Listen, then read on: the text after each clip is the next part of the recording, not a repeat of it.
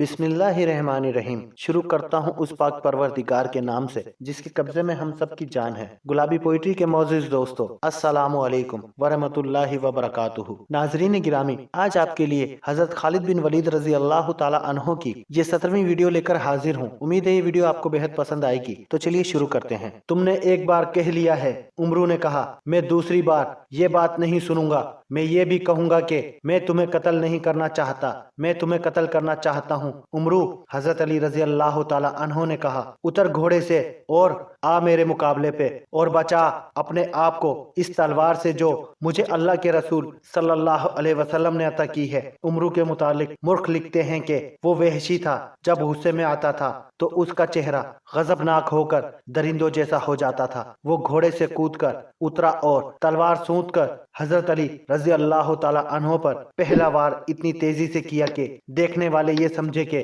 اس کی تلوار نے حضرت علی رضی اللہ تعالی عنہ کو کاٹ دیا ہے، لیکن حضرت علی رضی اللہ تعالی عنہ یہ بھرپور وار بچا گئے۔ اس کے بعد عمرو نے یک کے بعد دیگر حضرت علی رضی اللہ تعالی عنہ پر متعدد وار کیے۔ حضرت علی رضی اللہ تعالی عنہ نے ہر وار غیر متوقع پینترا بدل کر بچایا۔ عمرو نے یہ تو سوچا ہی نہیں تھا کہ جس جسامت اور طاقت پر اسے اتنا گھمنڈ ہے وہ ہر جگہ کام نہیں آ سکتی۔ تیغ زانی کے مورکے میں جس تیزی اور پھرتی کا مظاہرہ حضرت علی رضی اللہ تعالی عنہ کر رہے تھے وہ عمرو نہیں کر سکتا تھا، کیونکہ اس کا جسم بھاری بھرکم تھا۔ اگر وہ گھوڑے کو اپنے کندھوں پر اٹھا بھی سکتا تھا تو بھی اس میں گھوڑے جیسی رفتار نہیں تھی، اس کی طاقت گھوڑے سے زیادہ بھی ہو سکتی تھی۔ حضرت علی رضی اللہ تعالی عنہ نے اس پر ایک بھی وار نہ کیا جسے عمرو نے خوف زدگی سمجھا ہوگا۔ وہ وار پہ وار کرتا رہا اور حضرت علی رضی اللہ تعالی عنہ کبھی ادھر کبھی ادھر ہوتے رہے۔ خندق کے پار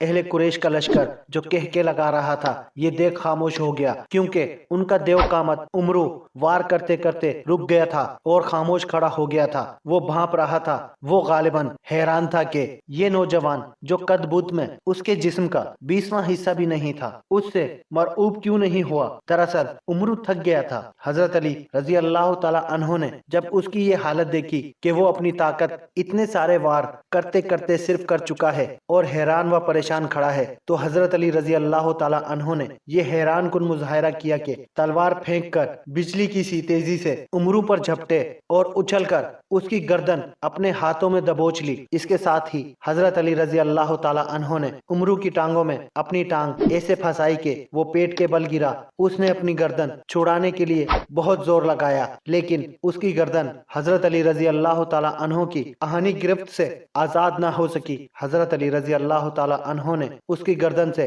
ایک ہاتھ ہٹا کر کمر بند سے خنجر نکالا اور اس کی نوک عمرو کی شہ رگ پر رکھ دی۔ اب بھی میرے اللہ کے رسول صلی اللہ علیہ وسلم پر ایمان لے آ تو میں تیری جان بخشی کر دوں گا، حضرت علی رضی اللہ تعالی عنہ نے کہا۔ عمرو بن عبدو نے جب دیکھا کہ اس کی وہ طاقت جس سے اہل عرب لرزتے تھے بیکار ہو گئی ہے تو اس نے یہ اوچھی حرکت کی کہ حضرت علی رضی اللہ تعالی عنہ کے منہ پر تھوک دیا۔ دیکھنے والے ایک بار پھر حیران رہ گئے، کیونکہ حضرت علی رضی اللہ تعالی عنہ خنجر سے اس کی شیرک کاٹ دینے کے بجائے اٹھ کھڑے ہوئے تھے۔ انہوں نے خنجر کمر بند میں ڈال لیا اور ہاتھوں سے اپنا چہرہ صاف کیا۔ عمرو اب اس طرح اٹھا جیسے اس کے جسم کی طاقت ختم ہو چکی ہو۔ صرف اسے ہی نہیں، ہر کسی کو توقع تھی کہ حضرت علی رضی اللہ تعالی عنہ اسے زندہ نہیں اٹھنے دیں گے، لیکن حضرت علی رضی اللہ تعالی عنہ بڑے آرام سے پیچھے ہٹے۔ عمرو، حضرت علی رضی اللہ تعالی عنہ نے کہا، میں نے اللہ کے نام پر تیرے ساتھ زندگی اور موت کا مقابلہ کیا ہے، لیکن تو نے میرے منہ پر تھوک کر میرے دل میں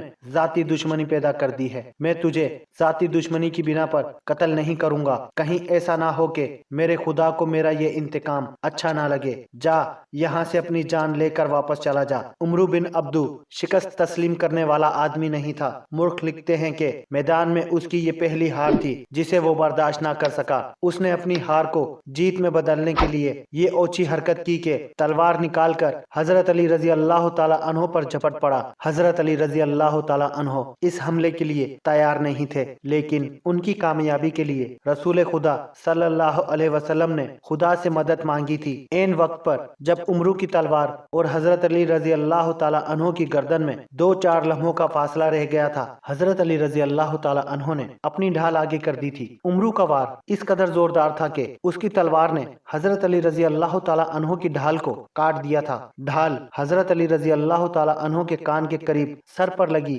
جس سے خون پھوٹنے لگا۔ عمرو ڈھال میں سے تلوار کھینچ ہی رہا تھا کہ حضرت علی رضی اللہ تعالی عنہ کی وہ تلوار جو انہیں رسول کریم صلی اللہ علیہ وسلم نے دی تھی اتنی تیزی سے حرکت میں آئی کہ عمرو کی گردن پوری نہ کٹی لیکن 6 رگ کٹ چکی تھی۔ عمرو کی تلوار اس کے ہاتھ سے چھوٹ گئی، اس کا جسم ڈولنے لگا۔ حضرت علی رضی اللہ تعالی عنہ نے اس پر دوسرا وار نہ کیا، انہوں نے دیکھ لیا تھا کہ یہی وار کافی ہے۔ عمرو کی ٹانگیں دوہری ہوئیں، اس کے گھٹنے زمین پر لگے اور وہ لڑک گیا۔ عرب کی مٹی اس کا خون چوسنے لگی۔ خندق کے پار دشمن کے لشکر پر ایسا سکوت طاری ہو گیا جیسے پورے کا پورا لشکر کھڑے کھڑے مر گیا ہو۔ اب مسلمانوں کے نعرے گونج رہے تھے۔ عربوں کی رسم کے مطابق اس مقابلے کا دوسرا مرحلہ شروع ہو گیا تھا۔ مسلمانوں کے ایک جیش نے اکرمہ اور اس کے باقی سواروں پر حملہ کر دیا تھا۔ قریش کے ان سواروں کے لیے بھاگ نکلنے کے سوا اور کوئی چارہ نہ تھا، وہ خیریت سے پسپا ہونے کے لیے لڑے۔ اس مورکے میں قریش کا ایک آدمی مارا گیا۔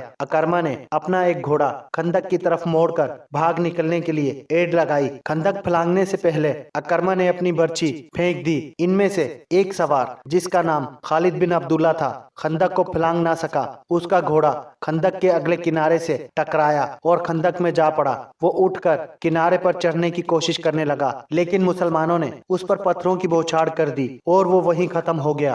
رسول کریم صلی اللہ علیہ وسلم نے حکم دیا کہ خندق کے اس پار مستقل پہرے کا انتظام کر دیا جائے، کیونکہ وہاں سے خندق پھلانگی جا سکتی ہے۔ دوسرے دن خالد اپنے گھوڑ سوار دستے میں سے چند ایک جاں باز سوار منتخب کر کے خندق عبور کرنے کو چل پڑا۔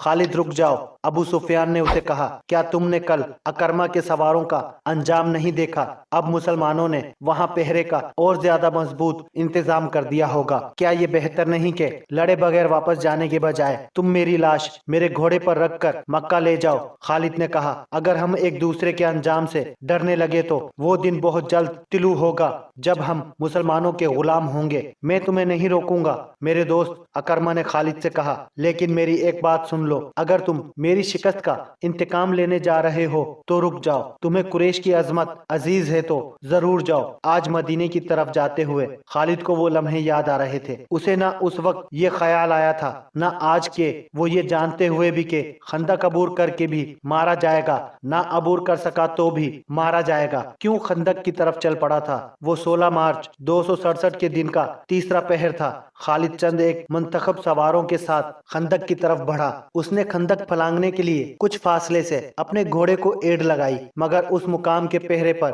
جو مسلمان کہیں چھپے بیٹھے تھے انہوں نے تیروں کا می برسا دیا۔ خالد نے لگام کو پوری طرح طاقت سے کھینچا اور اس کا گھوڑا خندق کے عین کنارے پر جا رکا۔ خالد نے گھوڑے کو پیچھے موڑا اور اپنے تیر اندازوں کو بلایا۔ اس نے سوچا تھا کہ اس کے تیر انداز مسلمانوں پر تیر پھینکتے چلے جائیں گے، جس سے مسلمان سر نہیں اٹھا سکیں گے اور وہ خندق پھلانگ لے گا، لیکن مسلمانوں نے تیر اندازی میں اضافہ کر دیا۔ مسلمان تیروں کی بوچھاڑوں میں تیر چلا رہے تھے۔ خالد کو پسپا ہونا پڑا۔ خالد اس انداز سے اپنے سواروں کو وہاں سے ہٹا کر دوسری طرف چل پڑا جیسے اس نے خندق پر ایک اور حملہ کرنے کا ارادہ ترک کر دیا ہو۔ مورخین جن میں ابن ہشام اور ابن سعد قابل ذکر ہیں لکھتے ہیں کہ یہ خالد کی ایک چال تھی۔ اس نے چلتے چلتے اپنے سوار جیش میں مزید سوار شامل کر لیے۔ اس نے سوچا یہ تھا کہ اسے پسپا ہوتے دیکھ کر مسلمان پہرے دار ادھر ادھر ہو جائیں گے۔ اس نے ادھر دیکھا، وہاں سے کوئی پہرے دار